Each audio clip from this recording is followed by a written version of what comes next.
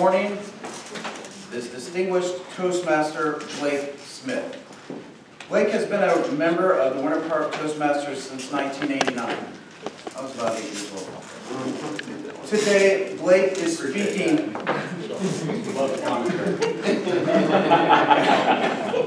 from the Competent Communicator Manual, Project number 9. The goal of Project 9 is to persuade with power. The title of Blake's presentation today is Where's Your Bullseye? Please join me in welcoming distinguished Toastmaster Blake Smith.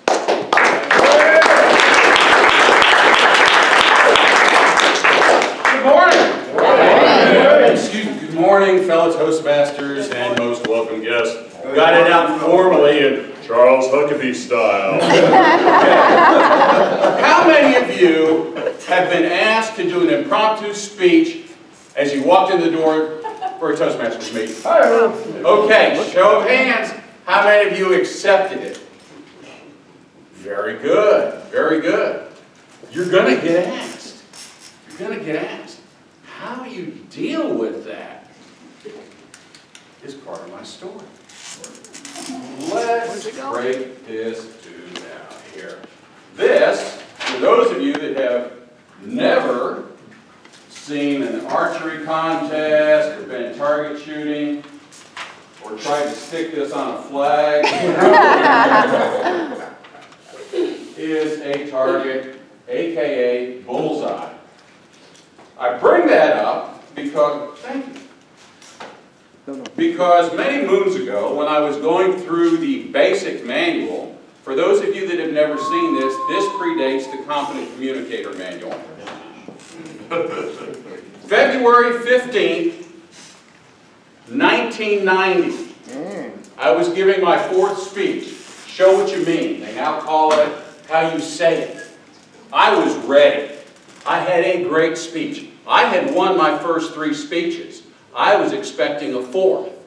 We were meeting at the old Lee Road location, and Roy had been asked to do an impromptu speech. Roy won that day. To say I had a conniption is an understatement. I was PO'd. I was ready. I had props. I was looking good. Roy got up there and just killed it. Roy got one of these on his back. I put a bullseye on Roy. I had Roy in my sights. I decided I was going to get him. I was going to speak against Roy at another time, and I was going to go after the master. And I've told him about this. This is many moons ago. I went after him. And he wasn't the first guy I did this to. Okay? Larry Kittinger, a name that some of you may remember. Larry Kittinger. I wanted to get him. You see, I started looking around and I started seeing Toastmasters that were awesome.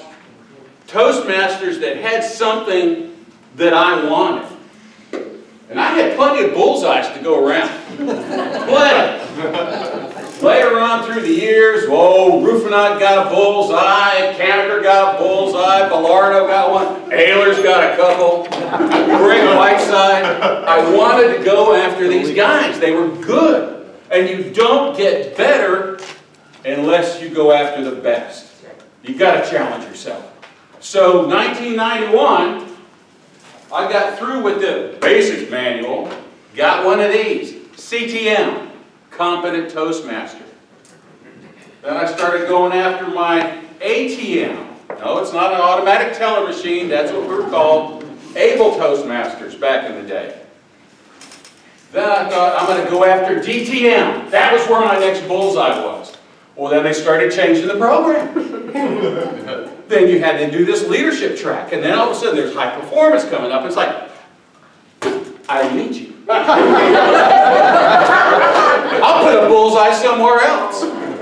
And so I did. I took it off of DTM. I wanted to start speaking professionally. And some of the guys that I went to go after started helping me. Roy was one, Gordy's another one, Michael O'Shaughnessy. I started getting checks for speaking, doing after dinner speeches, things like that. Now that was pretty cool. But the bullseye moved again. And it just kind of like went down with the ship.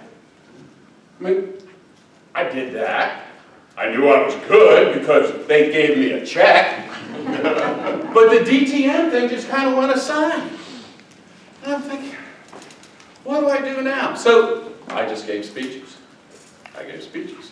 I did a couple of manuals here and there, but for the most part, I didn't care. It's like my introduction, my standard introduction. Please welcome Blake Smith, our next speaker. He's giving an out-of-the-manual speech. Yeah, I'm sorry. I actually did that. An out-of-the-manual speech.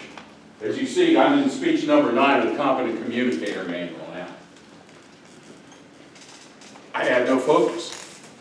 Now, there's an expression that you hear people talk about. We can't hit this, it's a moving target. I'm telling you, it's okay to move your target. It's okay to move your target. Because you got to have one. Get your bullseye out there. Andy Brown came up to me one day and said, "Why aren't you a DTM?"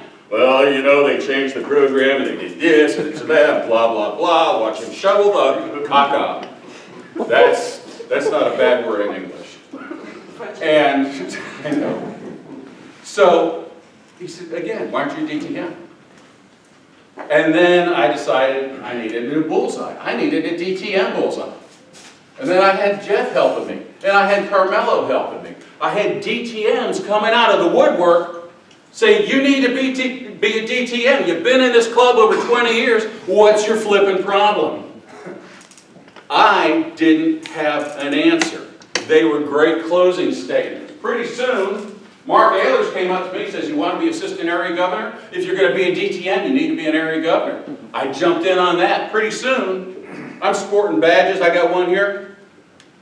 Advanced Communicator Silver, also says area governor. Advanced Communicator Gold. And then, in 2015, I got one of these monkeys. DTM. You know what's cool about DTM? You are in the top 1% of every Toastmasters club in the world. Why are you in this club? What do you want to achieve? Where's your bullseye? It's okay if the target moves around. It's okay if you put a bullseye on Gentry and you want to get better than him. It's okay if you put another one on me. Dina Joseph told me she was after me one time. She wanted to whip me. Where's your bullseye? Think about it.